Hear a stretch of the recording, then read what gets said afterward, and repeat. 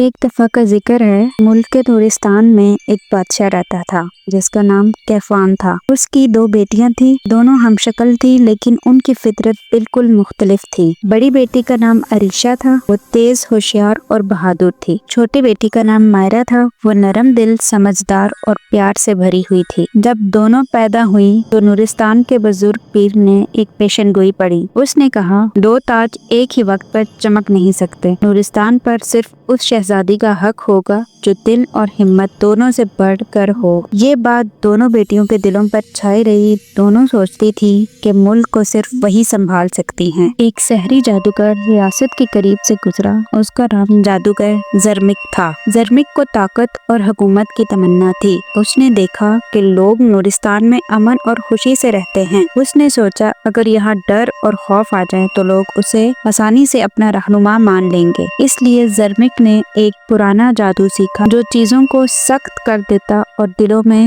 ڈر بھر دیتا۔ رات ایک اندھیری گھڑی میں زرمک نے اپنی کالی کتاب کھولی اور قسم کھائی۔ اس نے ایک کالا سا سایہ بنایا جو دھیرے دھیرے پھیل کر فاصلوں اور دریاؤں کو جام کر دیتا۔ لوگ اسے ذلیل سایہ کہنے لگے، پر اصل میں یہ سایہ زرمک کا جادو تھا، اس کی چال تھی۔ جب یہ سایہ ریاست کے قریب پہنچی تو پیڑ اور کھیت سخت ہونے لگے، مچھلیاں دریا میں تیل سی جم گئی، لوگوں کی چال بدل گئی۔ بادشاہ کیفان ڈر گیا۔ اس نے دونوں بیٹیوں کو بلایا اور کہا، یہ وقت طاقت کے لیے لڑنے کا نہیں ہے، نورستان کو بچانا ہے۔ جو اس سایہ کو ختم کرے گی وہی گھر کی اصل وارث ہوگی۔ عریشہ نے ترنت تلوار اٹھائی اور گھوڑے پر چڑھی۔ مائرا نے کتابوں اور بزرگوں کی صلاح سے مدد لینے کا فیصلہ کیا۔ راستے میں دونوں ایک دوسرے سے ملیں۔ پہلے دونوں میں تنافس رہا، لیکن ایک بزرگ درویش نے ان کو سمجھایا، دودھ سے بنا ہے، یہ تبھی ٹوٹے گا جب تم دونوں اپنی طاقت ملاؤ گی۔ آگ اور شبنم جب ساتھ آئیں گے تو روشنی ہو۔ عریشہ بولی،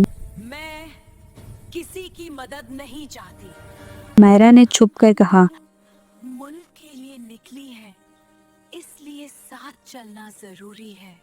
دونوں نے سفر کیا۔ راستے خطرناک تھے۔ ایک بار زرمک کا سایہ عریشہ پر حملہ کر رہا تھا تو مائرا نے بڑے ہی حوصلے سے اس کا زخم بند کیا۔ دوسری بار مائرا کو جادو کا جالا گرایا گیا تو عریشہ نے اپنی طاقت سے اس کو بچایا۔ سفر کے دوران دونوں کے درمیان بھروسہ بڑھتا گیا۔ آخرکار وہ جنگل خوف کے بیچ غفائے ظلمت تک پہنچی جہاں جادوگر زرمک نے اپنا آخری جال بچھا رکھا تھا۔ وہاں ایک بڑی شیشہ سی دیوار تھی جس میں دونوں کا عکس نظر آتا تھا، مگر عکس ٹھنڈا اور سکون سے بے جان تھا۔ زرمک نے ہوا میں بول کر کہا، تم دونوں کبھی ایک ساتھ حکومت نہیں کر سکتی، ایک ہی تاج ہو سکتا ہے۔ عریشہ نے تلوار اٹھائی لیکن مائرا نے اس کا ہاتھ تھام لیا۔ مائرا بولی، اور میں دل کی روشنی، اگر ہم الگ رہیں تو جادوگر جیت جائے گا، اگر ہم مل کر لڑیں تو ہر جادو ٹوٹ سکتا ہے۔ دونوں نے اپنے ہاتھ ایک دوسرے پر رکھے۔ عریشہ کے ہاتھ سے گرم آگ نکلی اور مائرا کے ہاتھ سے ٹھنڈی روشنی،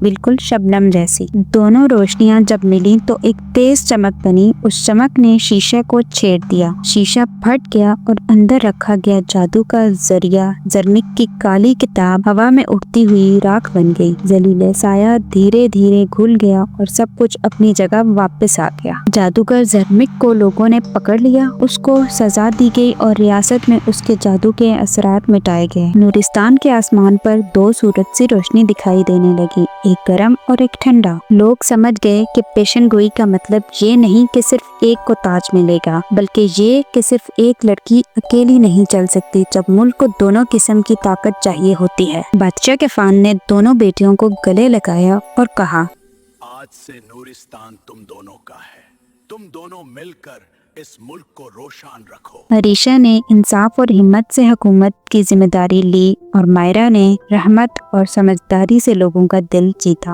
اور اس طرح دونوں شہزادیاں جو پہلے مخالف تھیں مل کر نورستان کی 2 روشنیاں بن گئی۔ جب بھی کوئی مشکل آتی لوگ آسمان کی طرف دیکھتے اور دونوں سورج کو یاد کرتے کہ اصلی طاقت اکیلا تاج نہیں بلکہ مل کر رہنے میں ہے۔